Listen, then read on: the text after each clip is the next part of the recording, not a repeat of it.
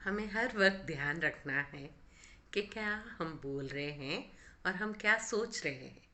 क्योंकि जो हम सोचेंगे और जो हम बोलेंगे वही हमारा संकल्प बन जाता है और वही सिद्धि में चला जाता है।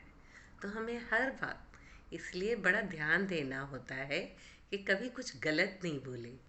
कोई भी चीज़ की नेगेटिव अगर हम बोलते हैं तो वो मन पे नेगेटिव छाप छोड़ देती है। हम अगर किसी चीज़ की बुराई देखते हैं तो वो मन में बुराई की छाप छोड़ देती है। तो क्या हम देख रहे हैं, क्या हम सोच रहे हैं, क्या हम बोल रहे हैं, उसको बड़ा ध्यान देना है। शुरू में आपको हर चीज़ पे ध्यान देना पड़ेगा। बाद में आपकी आदत हो जाएगी कि आपने सामने वाले की अच्छाई ही देखनी है। अपने दिमाग में औरों की अच्छाइयाँ ही भरनी है ताकि हमारे पास अच्छाइयों का खजाना बन जाए। है ना? हम चाहते हम अच्छे बने, लेकिन अगर हम औरों की बुराई सोचते रहेंगे तो कहीं ना कहीं कभी ना कभी वो बुराई कब हमारे अंदर समा जाएगी हमें पता भी नहीं चलेगा। तो हमें बड़ा ध्यान रखना है कि हमें औरों की अच्छाइयाँ ही देखनी है। हर सिचुएशन में हम या तो प्रॉब्लम देख सकते हैं या सॉल्यूशन देख सकते हैं। तो हमें सॉल्यूशन देखने वाला बनना है, ना कि प्रॉब्लम। प्रॉब्लम को प्रॉब्लम नहीं समझ के चैलेंज समझे, एक गेम समझे और सोचे कि आप कैसे उसे सॉल्व करेंगे। वो एक पज़ल की तरह है जो शुरू में समझ नहीं आता, लेकिन थोड़ा ध्यान देने पे आप उस पज़ल को सॉल्व कर लेते हैं। तो ऐसे जो भी आपके जीवन में कोई कठिनाई लगे तो उसको एक स्ट्रॉन्ग पज़ल की तरह एंजॉय करें और उसको एक सॉल्यूशन ढूंढने की कोशिश करते रहे। अगर आपका ध्यान सॉल्यूशन ढूंढने पे होगा तो आपको सॉल्यूशन मिलेगा। लेकिन अगर आप अपने मन में ये विचार डालते रहेंगे कि ये बहुत बड़ा प्रॉब्लम है, ये सॉल्व नहीं हो सकता, और आप कोशिश भी नहीं करेंगे, तो आप कैसे उसे सॉल्व करेंगे? नहीं कर सकते।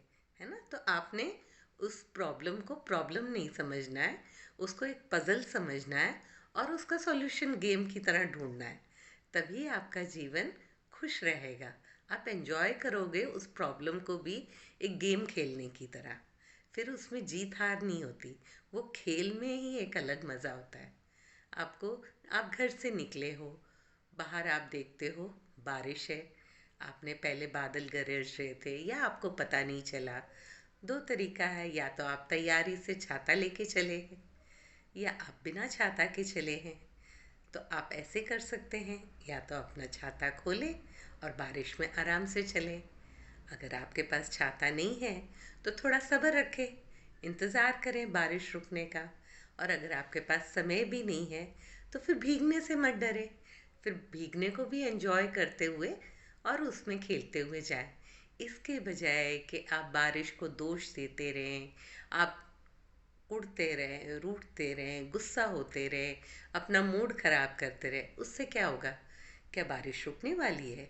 क्या आसमान रुक जाएगा? क्या मौसम चेंज होगा?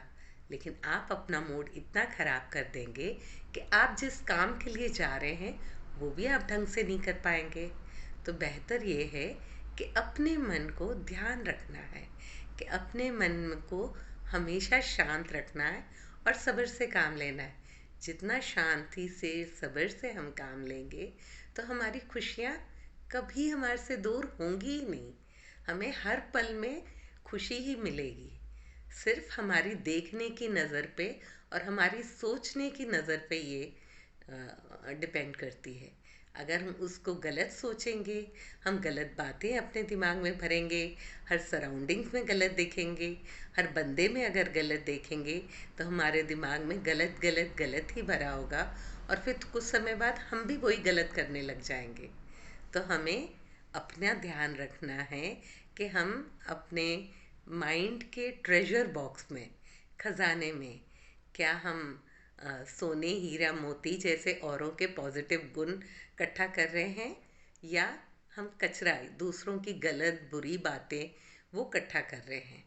जब हमें ये समझ आ जाएगा कि हम औरों की गलत बातों पे ध्यान देंगे और उसे दिमाग में इकट्ठा करेंगे तो हमें परेशानी होगी और हम अपने खुद भी परेशान होंगे और फिर उसका रिजल्ट होगा कि हमारे आसपास भी परेशानी होगी। तो हमें यही चीज़ का बहुत बहुत ध्यान देना है कि हम क्या कर रहे हैं। सबसे पहले किसी पे भी, किसी में भी कमियां ना देखें। हाँ, अगर आपको कोई कमी दिखती है, आप एक टीचर हैं, उसके खास दोस्त हैं, तो उसका हल्का सा बता सकते हैं कि अगर आप ऐसे नहीं ऐसे करोगे तो बेहतर रहेगा। लेकिन इसके अलावा आपको कोई हक नहीं बनता है कि आप उनकी कमियों को देख के उनके बारे में सोचें और औरों को उसकी चुगली करते रहें। तो अपने मन की स्थिति हमारे हाथ में। हम कैसे मन को अच्छाई से भरते हैं कि बुराई से भरते हैं। और अगर हम अपने मन को अच्छाई से भरेंगे तो हम आसपास भी अच्छाई फैलाएंगे और हम एक हैप्पीनेस क्रिएटर बनेंगे। Thank you.